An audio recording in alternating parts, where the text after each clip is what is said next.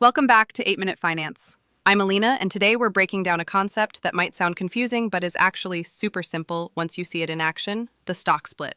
So, what is a stock split? At its core, a stock split is when a company takes each of its existing shares and divides them into multiple shares. Think of it like cutting a pizza into more slices. You still have the same pizza, but now more people can grab a piece. If you owned one share at $1,000 and the company does a 10-for-1 split, you'll suddenly have 10 shares priced at $100 each. Same value, more slices. Companies do this because a super high share price can scare away smaller investors. Imagine trying to convince your friend to put money into a stock when it's $3,000 a share. They might say, "Nah, I'll pass."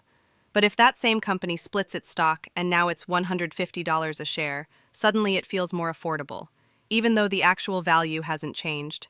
Think about sneaker drops or concert tickets. When Travis Scott sneakers hit resale at $2,000, only a few people can cop them. But if Nike magically split those sneakers into 10 pairs at $200 each, way more people could jump in. That's basically what a stock split does in the financial world. It lowers the barrier to entry without changing the overall pie. And here's the key: while your portfolio's value stays the same immediately after the split, the increased affordability and liquidity often attract new investors, which can sometimes drive prices higher over time. So now that you know the basics, let's look at a real, recent example of a stock split that everyone's been talking about. Alright, so we've got the basics down, but how does this play out in real life? Let's look at some recent stock splits that made headlines. Back in 2022, Amazon pulled off a 20-for-1 stock split. Before the split, Amazon shares were trading at nearly $3,000 apiece. That's like telling someone, "Hey, you can invest, but it'll cost you more than rent in New York City." After the split, the share price dropped to about $120 each, suddenly making it feel way more approachable for everyday investors. It didn't change Amazon's value, but the optics? Totally different. More people jumped in and trading activity shot up. Another huge one was Tesla. Elon Musk's company has done stock splits multiple times, in 2020 and again in 2022. Think of it like when your favorite rapper drops not just one album, but a deluxe edition with extra tracks. Same artist, same music, just repackaged to bring in more fans. For Tesla, those splits lowered the per-share price and helped fuel retail investor hype, especially since Tesla has such a cult-like following. Now contrast that with Lucid Motors, which recently announced a 1-for-10 reverse split. Instead of giving you more slices of pizza, they're combining slices into fewer, bigger pieces. Why? Because the stock had fallen so much, they needed to boost the share price to meet Nasdaq listing requirements. It's like a basketball team running out of players and merging with another squad just to stay in the league. Reverse splits often signal trouble, and investors tend to treat them cautiously. By the way, if you're curious about investing and want to start small, check out my referral link in the description. You'll get some perks, and it also supports the channel so we can keep breaking this stuff down for you. So now that you've seen real-world examples, let's answer the big question. Why do companies split their stock in the first place? The first reason is affordability. Imagine if Drake only sold concert tickets for $5,000 each. Only a handful of fans could show up, right? But if he broke those tickets down into $200 sections, the arena would be packed. Stock splits do the same thing. When prices get too high, companies cut them into smaller, more approachable chunks so more investors can participate. The second reason is liquidity. More affordable shares mean more trading activity, which keeps the market flowing. Think of it like reselling sneakers. When Jordans are priced in the stratosphere, only a few trades happen. But when they drop at $220, everyone's in line, flipping pairs left and right. Liquidity keeps the hype alive. The third reason is optics and psychology. Even though a $3,000 stock and a $150 stock can represent the same company value after a split, investors feel differently when they see a cheaper price tag.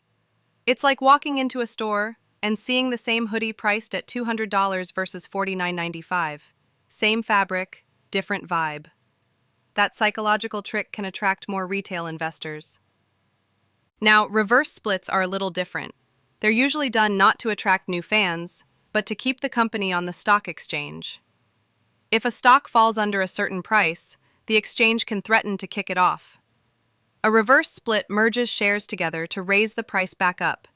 But it's kind of like a sports team signing a washed-up veteran to stay competitive. It doesn't always inspire confidence.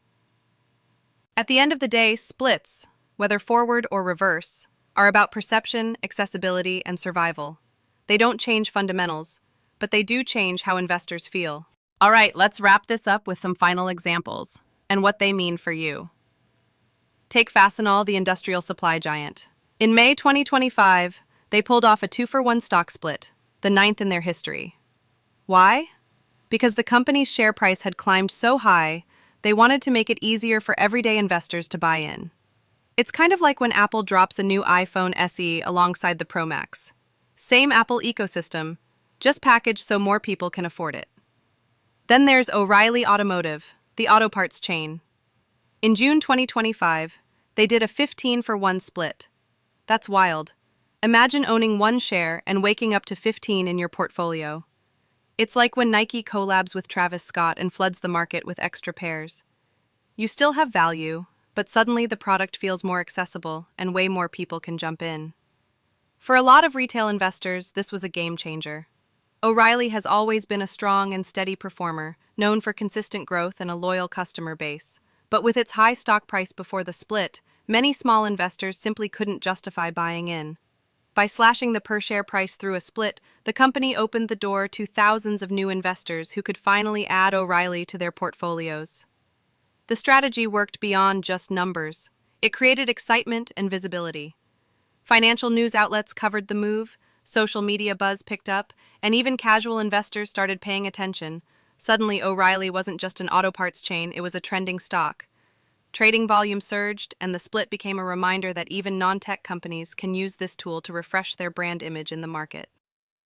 And don't forget Interactive Brokers, which executed its first-ever 4-for-1 split in June 2025. That move was about boosting visibility and accessibility, especially for retail investors who thought the stock price was intimidating. Think of it like a music artist finally dropping their mixtape on Spotify after years of only being available on underground CDs. Suddenly, the fan base explodes. Now here's the key. If you owned shares before these splits, your value didn't change. But the door for new investors opened wider. And historically, companies that split often see more demand and upward momentum over time. If you want to start investing and take advantage of moves like these, check out my referral link in the description. It's an easy way to get started, plus you'll get some perks. And before you click away, smash that like button, hit subscribe, and drop a comment. Have you ever bought a stock right after a split? I'd love to hear your stories.